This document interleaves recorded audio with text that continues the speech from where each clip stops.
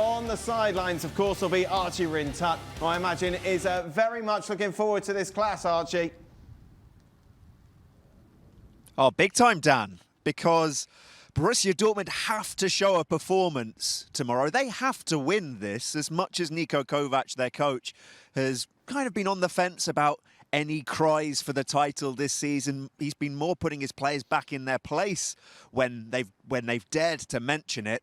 And yet, ultimately, they have to close the gap. Whereas for Bayern Munich, this is a chance for a statement. This is a chance for them before what's going to be a huge final few months of the season to say, look, we are well and truly top dogs here. And given the way that they're playing as of late, who would really bet against them as well? That front three of Kane, Elise and Diaz has really gelled together in such a great way for them this season, and just seeing the way that they all seem to complement each other, the kind of decision-making that they have between them, you fear for Dortmund a little bit, given the way that they're wobbling, not just away at Leipzig last week, and even if they pulled it back to 2-2, but also that performance at Atalanta. It's been dubbed locally as a fiasco, and you can understand why. Players have all been there. They've had really bad games. This was a very bad game. You're looking at me. Well, you know, Villa Park, whatever, blah, blah, blah. I've been in that. But what's it like, honestly, what's it like, though? Well, it depends on the individual, because it's everywhere. It's like Jan says, like, you're the focus of the 48 hours. You've had a nightmare. Yeah. You're going into another huge game. It really hits a player. It hit me hard, that particular incident at the FA Cup semi-final at Villa Park. And I really took that into the next league game. I think it was Aston Villa, and it was at home. So I'm now, as Bensebaini is, he's gone out in front of his own supporters, knowing that they were watching that game in midweek where he had a horrendous game, made a few mistakes. And you can feel that frustration coming through the support. And sometimes, and I know this was from my perspective, sometimes you're so keen to make amends that it's crazy to say that you try too hard. You start doing things that are not normal because you're trying to, obviously, in your mind, make amends for the bad game that you had. And it wasn't the only one, because if you look at Gregor Kobel there for the penalty kick, what the hell was he doing out there for a cross? So he wasn't the only one. But I know, and there's not a player alive that hasn't had a big game. There's not a player alive that hasn't made mistakes. It's not happened. Not one sports person. But it is difficult to put it. The only way you can put it out of your system is to go out there and have the kind of game that you know you're capable of.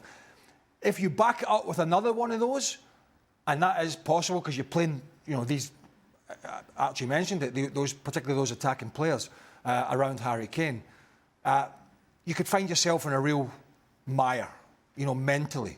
I know for me it was really tough.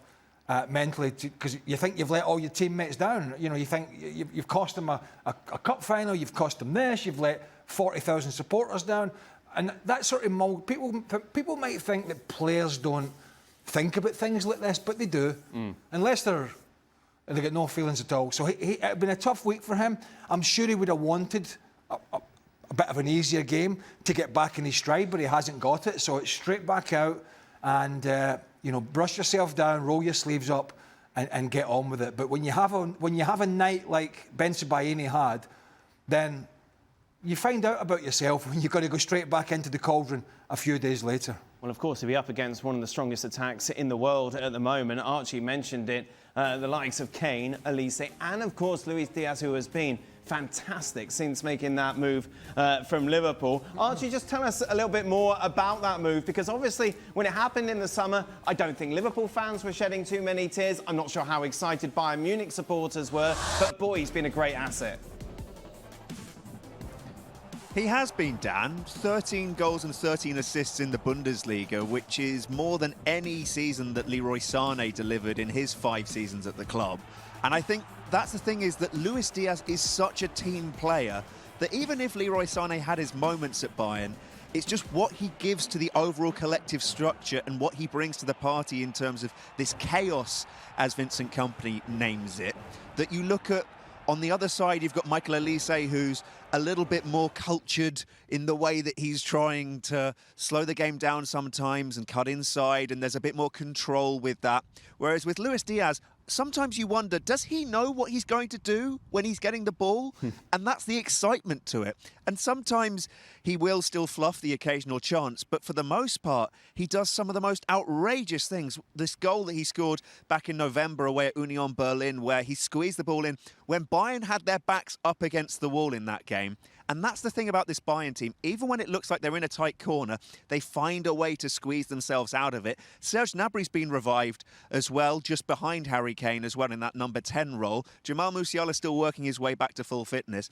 And it's all of these things which contribute to this feeling that whilst I think it's difficult to place too much currency on how good Bayern have been this season in the Bundesliga, because no Xabi Alonso Leverkusen from last season and Frankfurt without Hugo Ekitike and Omar Mamouche have really dropped off. I think that's why Dortmund have stepped up a touch.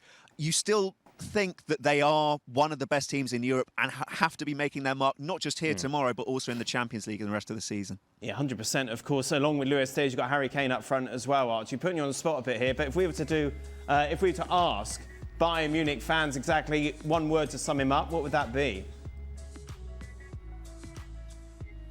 To sum up Luis Diaz? Sum up Harry Kane. Ignore that graphic, by the way. That's completely Harry wrong. Kane? Those are the odds. We're running to the bookies. Hurricane is one word that's been used to describe him. He's been magnificent for them. He is beloved because of his professionalism in front of goal, but the way he carries himself on and off the pitch, he is a guarantee for them. I realise that's quite a few more words, but brilliant, I think, is just the one. OK, then, no matter what the odds are, what are your predictions for this, Jan? I will say this is what Bayern usually do. This is going to be a statement win for them. We are up for a fantastic football game, and I think that, but still think that they will win 2-1 Bayern. Where would you prefer to be, Archie, tomorrow? Tom's watch party in LA with Jurgen, Ali and Kay, or on the sidelines? I love it on the sidelines, Dan. LA doesn't sound bad, but I'm happy here, just about.